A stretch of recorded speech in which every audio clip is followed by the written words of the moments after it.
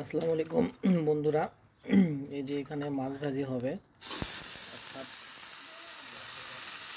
ছাটি মাছ ভর্তা হবে। এই যে এই ছাটি মাছটা ভর্তা হবে। তো ছাটি মাছ ভর্তা করার জন্য প্রথমে পেঁয়াজ মরিচ ভেজে নিতে হবে। তো তাই ভেজে নিচ্ছি। ভেজে নিব। এই যে সরিষার তেল দেওয়া হলো, সরিষার তেল দিয়ে ভর্তা করতে হবে। আপনার সরিষার তেল দিয়ে লাড়ার পরে লাল লাল যখন হয়ে যাবে তখন আমরা মাছটা দিয়ে দেবো, তাহলে জিনিসটা ভালো হবে। তো সরিষার তেল দিলাম, এটা লাল লাল হলে এর মধ্যে মাছ দিব। মাছ এই যে মাছটা,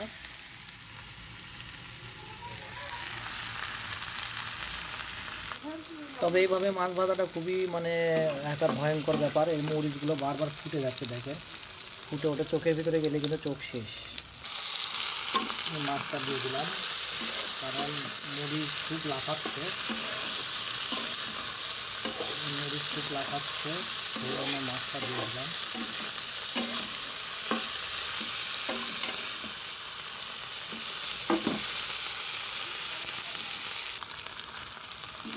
তো অনেকক্ষণ লাড়াচাড়া করতে হয়, তাছাড়া দেখেন হয়ও না। আসলে খাইতে যতটা তাড়াতাড়ি হয়, রান্না করতে কিন্তু অতটা তাড়াতাড়ি হয় না।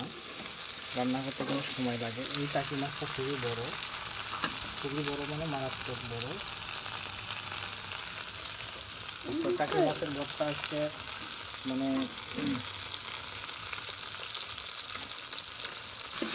মাছটা এরকম করে থেতলে দিলে তাড়াতাড়ি সিদ্ধ হয় এবং ভাজি ভাজি হয়। থেতলে দিলে কাঁটাটা পরে বাছা যায়, কাঁটা বাছলে পরে আপনার এইভাবে দিলে তাড়াতাড়ি রান্না হবে। ভাজা প্রায় শেষের পথে, মাছ ভাজা একটু পরে আমরা পাটাই ভর্তা হবে। টাকি মাছের ভর্তা রেসিপি, টাকি মাছ ভাজা হচ্ছে, একটু পরে ভর্তা হবে। তো লং ভিডিও পাবেন, আপনার সাথে থাকবেন।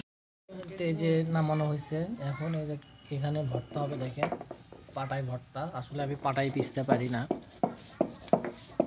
তো এই ভর্তায় কিন্তু মেন কিন্তু হলো আপনার হচ্ছে কাঁচা আদা দিতে হয়। এইভাবে বাটার পরে ভর্তা হয়ে যাবে। তো আমি এখান থেকে কাঁটাগুলো বেছে খাবো। একবারে পালিশ ভর্তা হতে অনেক সময় লাগে, আর পালিশ ভর্তা ছাড়া ভালো লাগবে না। এই যে ভর্তা শেষ, একটু পরে ভাত দিয়ে খাওয়া হবে। পুরো ভর্তা এইভাবেই বানাতে হয়। যারা ছাটি মাছ ভর্তা খেতে চান এইভাবেই খেতে পারবেন। তো আসসালামু আলাইকুম, সবাই ভালো থাকবেন।